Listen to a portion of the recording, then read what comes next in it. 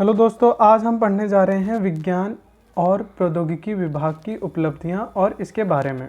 इससे पिछले वीडियो में हमने इसरो के बारे में पढ़ा था और इस वीडियो में हम विज्ञान एवं प्रौद्योगिकी के बारे में पढ़ने जा रहे हैं।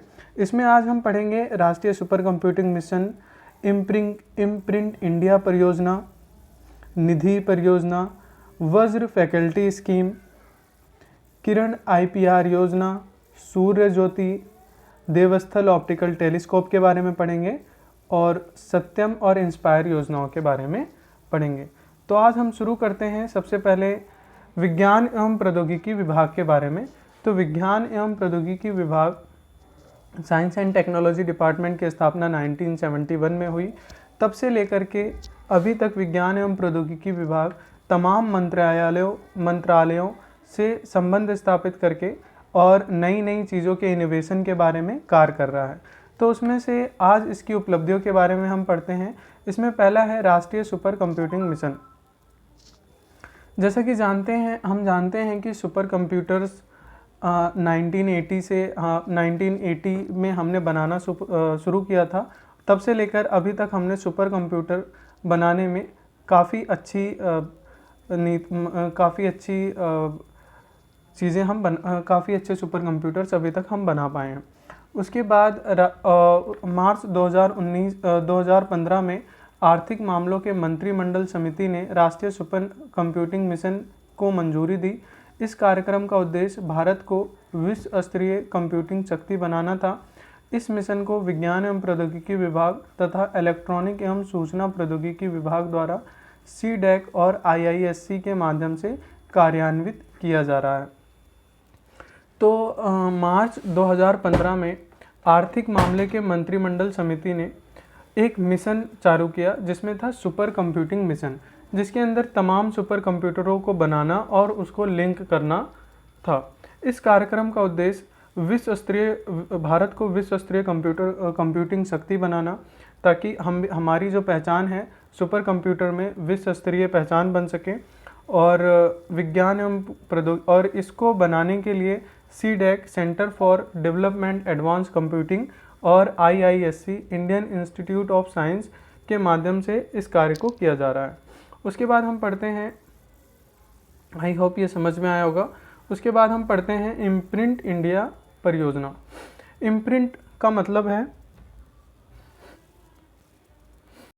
इम्प्रिंट इंडिया परियोजना, इसका मतलब है impacting research, innovation and technology.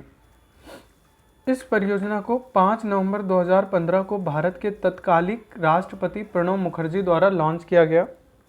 इसको department of science and technology और मानव संसाधन विकास मंत्रालय, जो पहले मानव संसाधन विकास मंत्रालय था वो अभी शिक्षा मंत्रालय है, के साझेदारी के साथ शुरू किया गया है। तो इम्प्रिंट इंडिया परियोजना को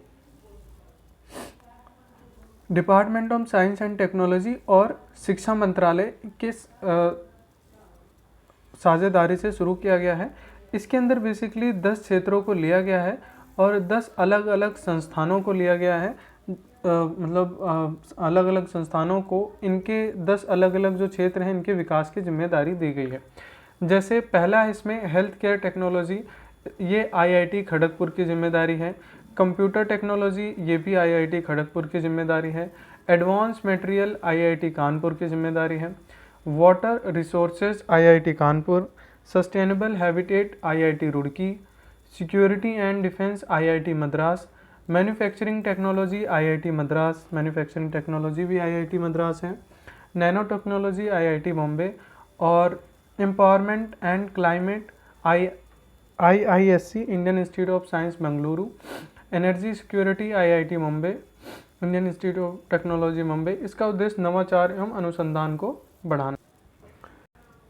इसके बाद हम पढ़ते हैं निधि परियोजना के बारे में। निधि से तात्पर्य है national initiative for development and harnessing innovation. तो इसमें बेसिकली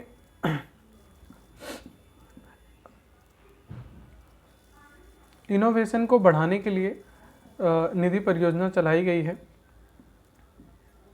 इस कार्यक्रम की शुरुआत 2016-17 में की गई और यह कार्यक्रम देश में स्टार्टअप के तहत नवाचार के तंत्र को मजबूत करने के लिए खोज से लेकर उत्पाद को बाजार में लाने तक की पूरी प्रक्रिया में मदद करता है। इसके लिए 90 करोड़ की लागत से आईआईटी गांधीनगर में एक अनुसंधान पार्क की स्थापना की गई है। तो गुजरात में आईआईटी गांधीनगर में एक अनुसंधान पार्क भी बनाया गया है। इसमें इनोवेशन को बढ़ावा देने के लिए, स्टार्टअप्स को लगाने के लिए, इनोवेशन को बढ़ावा देने के लिए बेसिकली मदद करते हैं निधि परियोजना के अंतर्गत, और नई नई नीतियाँ बनाते हैं जिससे कि स्टार्टअप्स को बनाया जा सके, स्टार्टअप को बढ़ावा दिया जा सके, इनोवेशन नई नई चीज़ें उभर कर सामने आ सकें। उसके बाद है वज्र फैकल्टी स्कीम। वज्र का मतलब है visiting advance joint research faculty.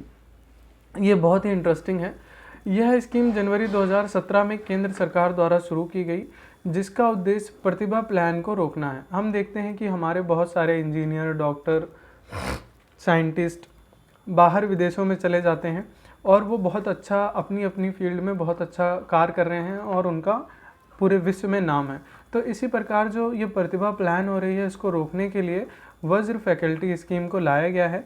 इसमें वैज्ञानिक एवं शिक्षाविदों को सरकारी शोध एवं शिक्षण संस्थानों में काम करने की पेशकश करना है, और इसमें ये विदेशों के जो वैज्ञानिक हैं वो भी भारत में आएँ, और बेसिकली जो हमारे वैज्ञानिक हैं जो एनआरआईज हैं और उनको भी भारत में आकर काम करने के लिए इस स्कीम को लाया गया है। इसके अंतर्गत वैज्ञानिकों को 1 से 3 महीने तक अपनी सेवाएं दे सकते हैं और इसके एवज में सरकार उन्हें तनख्वाह के रूप में 15,000 अमेरिकी डॉलर महीने के लिए प्रदान करेगी। तो वो 1 से 3 महीने तक के लिए, तो इसमें वैज्ञानिकों को 1 से 3 महीने तक अपनी सेवाएं देने के लिए पहले महीने में 15,000 अमेरिकी डॉलर, लगभग 1,22,000 रुपये देगी, और हर महीने इसी प्रकार से 1,22,000। इस योजना को विज्ञान एवं इंजीनियरिंग अनुसंधान बोर्ड SRB, जो कि विज्ञान एवं प्रौद्योगिकी विभाग का एक सांविधिक निकाय है, ने शुरू किया है।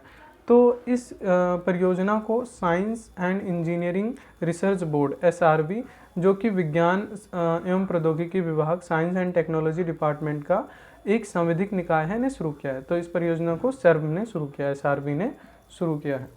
उसके बाद हम बात करते हैं किरण योजना की। इसमें क्या है? इसमें है इंटेलेक्चुअल प्रॉपर्टी राइट, IPR योजना। किरण IPR योजना ये बेसिकली महिलाओं के लिए है। बौद्धिक संपदा अधिकार के तहत शोध एवं विकास के जरिए महिलाओं को सशक्त बनाया जाता है। महिलाओं की भागीदारी विज्ञान एवं प्रौद्योगिकी में बढ़ाने के लिए विज्ञान एवं प्रौद्योगिकी विभाग ने एक अस्थायी समिति भी गठित की है। तो इसमें बौद्धिक संपदा अधिकार और जिसके तहत अलग अलग शोध करके अलग अलग चीज़ों का विकास करके महिलाओं को सशक्त बनाना और महिलाओं की भागीदारी विज्ञान एवं प्रौद्योगिकी में अधिक से अधिक बढ़ाने के लिए किरण IPR योजना को लागू किया गया है। महिलाओं और इसमें एक अस्थायी समिति भी गठित की गई है इन तमाम कार्यों को निष्पादित करने के लिए। ठीक है। उसके बाद है एक सूर्य ज्योति योजना।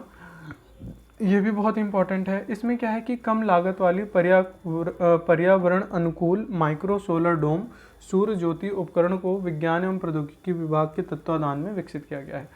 तो एक उपकरण बनाया गया है जिसका नाम है सूर्य ज्योति। इसमें क्या है कि ये सोलर से चलने वाली इलेक्ट्रिक बनाने वाला उपकरण है। इसमें सूर्य से इलेक्ट्रिक बनती है और यदि इस प्रौद्योगिकी को 10 मिलियन परिवार, जो ग्रामीण परिवार हैं या जहां पर भी इस चीज़ को लगाया जा सकता है, अगर 10 मिलियन परिवार भी अपना लेते हैं तो इसमें 1750 मिलियन यूनिट ऊर्जा की बचत होगी। तो इसमें 1750 यूनिट मिलियन ऊर्जा बच सकती है। ठीक है, सूर्य ज्योति। और इसमें क्या है कि सूर्य से चलने वाले हम जानते हैं कि सूर्य से जो बिजली उत्पादित होती है उसमें पर्यावरण हितैषी होती है, उसमें पर्यावरण को कोई नुकसान नहीं होता, पर्यावरण पॉल्यूशन नहीं होता। फिर आगे है एक देवस्थल ऑप्टिकल टेलीस्कोप। तो हमने एक टेलीस्कोप बनाया, इसके बारे में पढ़ते हैं। आर्यभट्ट प्रेक्षण विज्ञान शोध संस्थान ARIES द्वारा 30 मार्च 2016 को उत्तराखंड के देवस्थल में 3.6 मीटर व्यास वाली एक ऑप्टिकल टेलीस्कोप की स्थापना की गई है। यह एशिया की सबसे बड़ी ऑप्टिकल टेलीस्कोप है जो भारत और बेल्जियम के संयुक्त प्रयास से निर्मित है। यह आकाशगंगा, तारों के जीवन चक्र, ब्लैक होल्स आदि के रहस्यों को सुलझाने में मददगार होगी। तो सबसे पहले हम जान लेते हैं कि इसको किसने बनाया है। इसको बनाया है आर्यभट्ट प्रेक्षण विज्ञान शोध संस्थान। ठीक है, इसको 30 मार्च 2016 को उत्तराखंड के देवस्थल में रखा गया है। 3.6 मीटर व्यास वाली ये ऑप्टिकल टेलीस्कोप है। इससे हम आकाश गंगाओं के बारे में पता लगाएंगे, तारों के जीवन चक्र के बारे में, ब्लैक होल्स के बारे में और भी जो ब्रह्मांड के रहस्य हैं उनको सुलझाने की कोशिश करेंगे। और यह एशिया की सबसे बड़ी टेलीस्कोप है।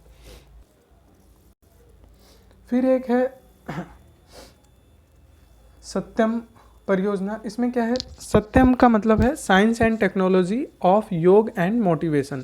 तो बेसिकली योग एंड मोटिवेशन को किस प्रकार से हम स्वस्थ रहने के लिए यूज़ कर सकते हैं, इस परियोजना को 2015 और 16 में शुरू किया गया है department of science and technology द्वारा। तो बेसिकली ये योग एंड मेडिटेशन के लिए है। ठीक है, जो स्वस्थ रहने के लिए हमारे लिए बनाए गए हैं। एक और बहुत इंपॉर्टेंट परियोजना है जिसका नाम है inspire, innovation in science pursuit for inspired research. ठीक है, तो ये कक्षा 6 से 10 तक के स्कूली बच्चों के लिए है, जिसे पुनर्गठित करके ये बहुत पहले से चली आ रही है, जिसको माननीय प्रधानमंत्री नरेंद्र मोदी के द्वारा इसे पुनर्गठित किया गया है और इसको राष्ट्रीय एजेंडे में शामिल किया गया है। इसमें बच्चों को राष्ट्र की आवश्यकताओं को समझने और उनकी विवेचना करने के लिए प्रोत्साहित करना है। इसमें एक चीज़ और है कि जो 11वीं के विज्ञान के विद्यार्थी हैं उनके लिए 10वीं की बोर्ड में उनके प्रदर्शन के आधार पर किस प्रकार से उनका प्रदर्शन था, उनका शिविरों का आयोजन किया जाएगा और इन विज्ञान शिविरों में विद्यार्थियों को नोबेल पुरस्कार विजेता सहित अन्य वैज्ञानिकों और शिक्षाविदों से बातचीत करने का अवसर मिलेगा। इसके अलावा इस कार्यक्रम में सरकार के मेक इन इंडिया, स्वच्छ भारत आदि मौजूदा पहलों को ध्यान में रखते हुए जल, ऊर्जा, सुरक्षा आदि विषयों पर मौलिक आलेखन को भी जोड़ा गया है। तो इसको इंस्पायर परियोजना को काफ़ी विस्तृत किया गया है।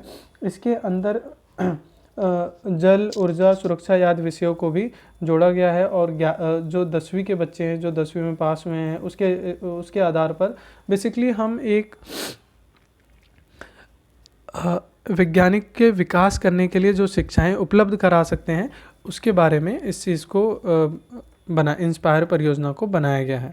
ठीक है, धन्यवाद। I hope you like this video. Like, share and subscribe.